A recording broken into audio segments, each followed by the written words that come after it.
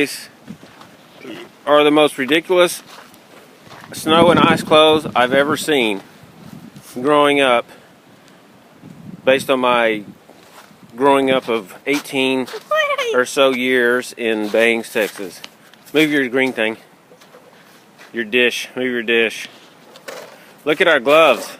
Oh wait, our gloves are actually cotton gloves that are soaked totally. I just got through wringing them out, and I got a gallon of water out of your gloves.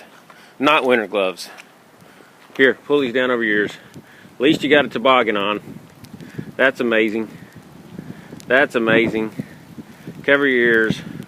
You don't even have a hood. Look at these nice dry pants and dry shoes. Come here. Here, I'm going to push you down right here. I'm going to give you a big shove.